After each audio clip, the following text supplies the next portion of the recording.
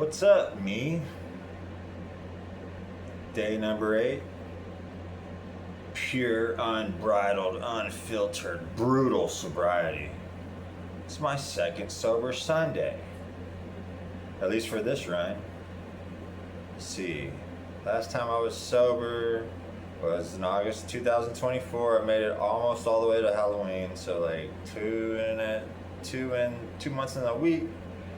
2 months and a week and a half, For that, I was sober from October of 2022 all the way until June of 2023.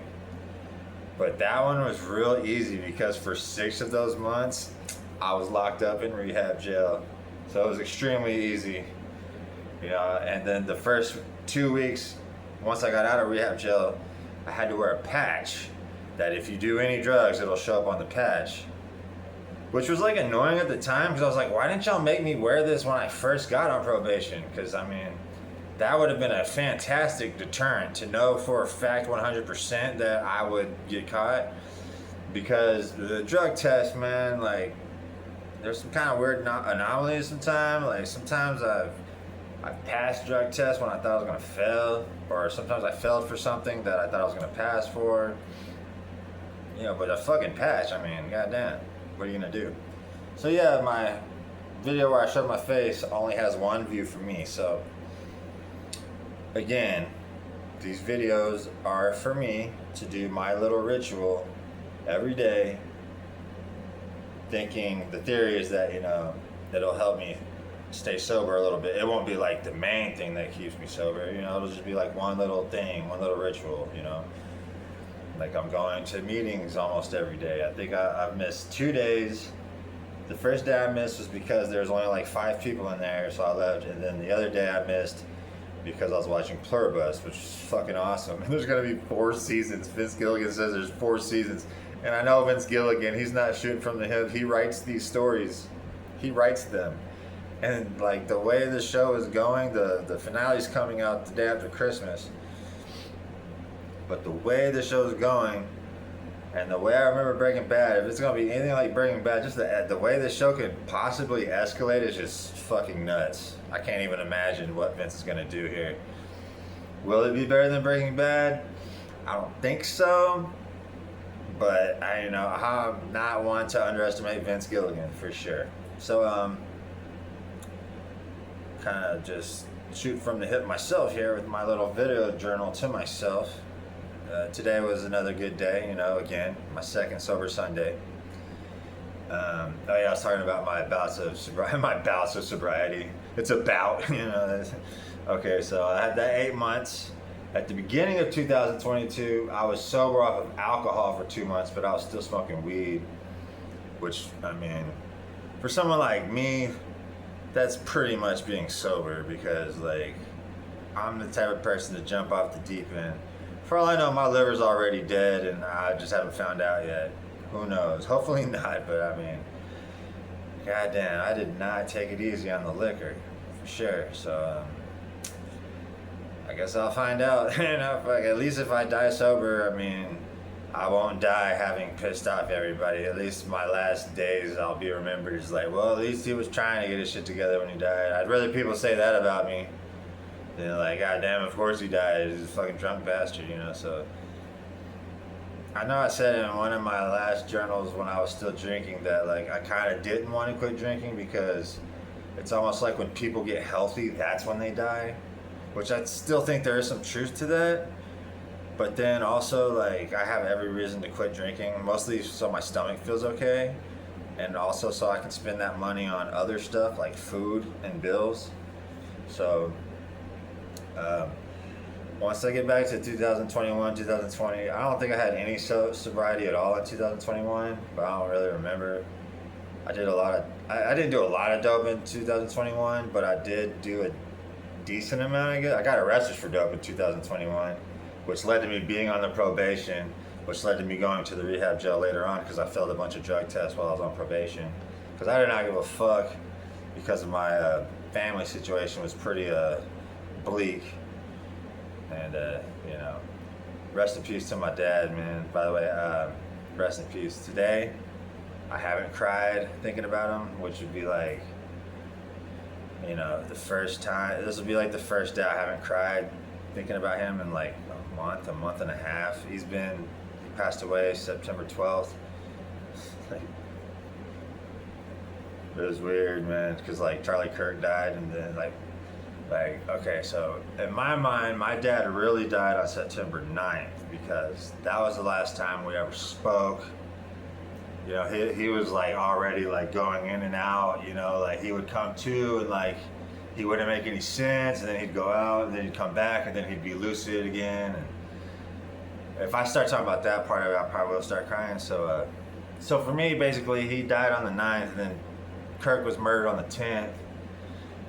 So it was like such a weird day. I was like, man, it was like just crushed. Like the time finally came with my dad, and then like every like 45 minutes, I'd be like, damn, they killed Charlie Kirk. I can't believe that shit. I didn't even like Charlie Kirk, by the way, but I don't hate murder victims. Sorry, it's just not something I do. Especially I'm addicted to true crime. Like, sorry. If you're a murder victim and you're non-violent, if you're a non-violent murder victim, you know, like all Charlie did was talk. People act like that's violence, but that's because they're all a bunch of pussies who've never experienced real violence before. Like, I don't hate you. And he was murdered for his political beliefs, so he's a martyr.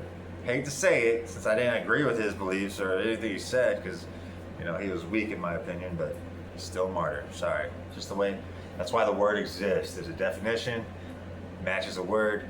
It's not, I didn't invent the word, okay? That was already there way before I was born. You know, I was born in 1985, okay? Martyr was a word that existed way before 1985. I did not personally invent that word. So anyway, today, same deal as usual. Woke up, bullshitting, Twitter, watch TV till I get bored, go for a walk, listen to true crime. And today's true crime, I had to make sure I remembered her name for this one. Damn, we're talking about females in true crime 2 days in a row, man. That's crazy because true crime is mostly dudes for sure. There's no doubt about it. So today we have Susan Avalon of Florida. This chick got pissed off and went and killed both of her ex-husbands back to back. Like in broad daylight. Like G shit. Like American Gangster. Fucking Denzel Washington shit. Like she literally fucking, her second husband lived closer. So she goes and kills him. And I guess there weren't any witnesses. I'm not sure how that works. So then she drives to another county, kills her first husband, and her daughter witnesses the murder. You know, it seems like this whole thing was a custody, grudge, child support, but from the woman this time. You know, it's usually the guys who do this kind of stuff. So it's you know, it's remarkable when a woman does it. It's very crazy. They are seeking the death penalty. So when she gets to her first husband's house, she poses as a delivery person. He answers the door. She immediately shoots him to death, like straight up. And then when the cops catch up to her and ask about her dead husband, she said, "Which one?" That's how much of a gangster this bitch is, bro. She's gonna get the death penalty. So I don't know how that works in prison, if she's gonna be locked down 23 hours a day. But just imagine, just for the sake of argument, if she was in the general population, like, what did you do? I killed both of my baby daddies. Like, whoa, okay, don't fuck with that bitch. You know, I mean, I don't know how it works in prison. I've never been there, thank God. Don't plan on going there, but, you know, in my mind, that's kind of how I see it going. Maybe I just need to watch some more Jumpsuit Pablo, some more 23-1 Lockdown 23-1. I mean, I like those prison channels, man. They keep my mind. You know, I can't ever go to prison. I'm never going back to jail. I'm never going back to rehab. Fuck that, because the inmates are annoying as fuck, and even worse than that is the food and not being able to control what you eat and when you eat it. That is the definition of not having freedom. You know, like, at least when I went to rehab jail, at least the food was decent there. That's why, like, when I went there and some of the people would be like, man, I'd rather be in jail, because like we had to do all these annoying ass drug classes that don't work, you know. But and when you're in jail, you can just lay down all day. You can play cards all day. You don't have to do shit in jail. But the food was so much better at the rehab jail. I was like, shit, fuck these classes. I'll deal with the classes, man. As long as the food was like so much better. But anyway, so yeah, this chick killed both of her husbands, and she smiled at her mugshot, bro. This bitch is crazy, dude. You know, I got the dark humor side of me when I see this story. It's like, oh, thank God I'm single. Thank God I'm single. Thank God I never got married. I never had any kids. Sure, did I want that to happen when I was in my 20s? Maybe even in my early 30s? Sure, but like, by the time I was like 36, 37, I'm good, man. Especially now that I'm 40. I'm not trying to have no middle school student when I'm fucking 53 years old. I won't give a fuck about what he's going through. I'm fucking 53 years old. Why do I give a fuck about some girl he has a crush on or something like that? So now it's like I want to stay single too, like, or if I date a chick, she has to be old enough to, like, she can't be able to have kids. I'm not dating a chick who can get pregnant, because I'm not risking that. You know, it's a miracle that I never got any of these girls pregnant. You know, I'm the pull-out king, obviously, for sure, because I was definitely never strapped. Fuck that. Not doing that. Pull-out king. But I ain't worried about women. Like, I love this little apartment I have. It's a bedroom. That's my bed right there. I need a bed frame, you know. That's my bed right there. Front door's right there. Bathroom's right there. Kitchen's right behind this wall right here in front of me. That's it. It's probably like 300, 400 square feet, maybe. I'd say probably like 300 square feet. Maybe 350. I don't know. I could probably ask the leasing office, but I don't give a fuck about shit like that. I'm on the 3rd story. I'm right next door to the university. You know, I might, maybe if I keep staying sober for like a long time this time, right? Like more than a couple months, but like years, you know. I get my shit together, start going to this university, and start pursuing my passion, which is be criminology for sure. Like that's my shit, man. Like, I remember when I was locked up in rehab jail. It's called CRTC, court residential treatments, I don't fucking know, something like that. But I was in there when Brian Kohberger murdered, you know, Kaylee, Xana, Maddie, and Ethan. And you know, that shit blew my mind. And I knew for a fact while I was in there watching the cut, because you know, it's rehab jail. You know, sometimes you get to a point where you can watch, you know, TV and stuff.